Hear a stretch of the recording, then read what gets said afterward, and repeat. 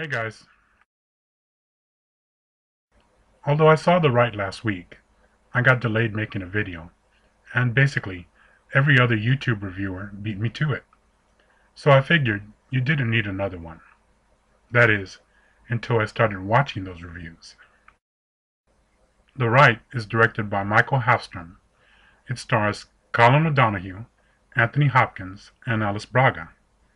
And, it seems, everyone and their dog thinks it sucked.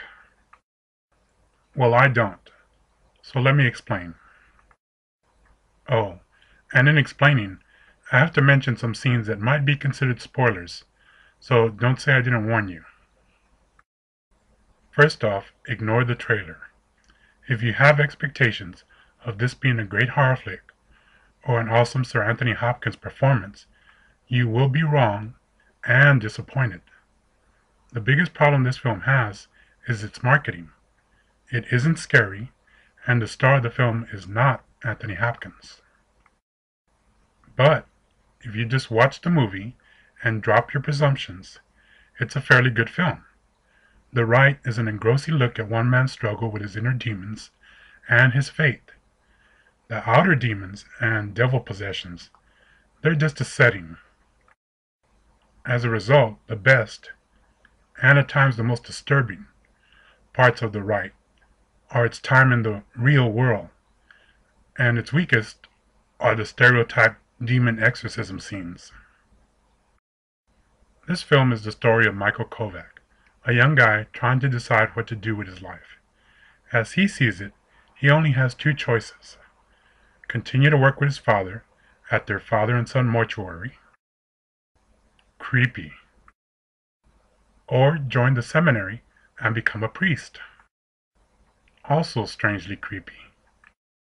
Although he has no real faith, he chooses this option, since the church will pay for his college education, and then he can quit before taking his final vows.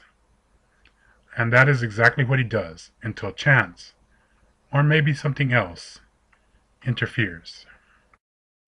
On a rainy night on campus, Kovac crosses the street. His professor and advisor chases after him to discuss his resignation letter. The professor, not watching where he's going, causes an accident that cripples him and fatally wounds a young girl.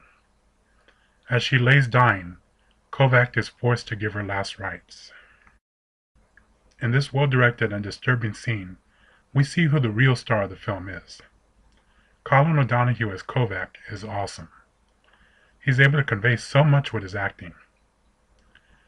He feels trapped, and he wants to simply run away, but he has to perform the ritual.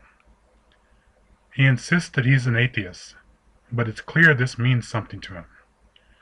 His acting is low-key, and in a movie that has so much going over the top, maybe that's what others have misinterpreted as bland. After this scene, he is forced to give the church one last chance and must attend a course on exorcism in Rome before he can be allowed to resign. He goes to class, but doesn't believe, and feels all the possessions are simply people needing psychological help. He is sent to Father Lucas, played by Anthony Hopkins, so he can see the phenomena for himself. He accompanies Father Lucas to see a young girl who is possessed, and sees several unexplainable things, but isn't convinced, and in fact starts believing Father Lucas is the real problem. And I have to say, that's what I believe too. Yes, I believe that Anthony Hopkins as Father Lucas is a large flaw in this film. First, Hopkins is too well known, and worse, he's a well-known villain. We know he is going to go bad, and when he does, we don't see a poor old priest possessed by a demon.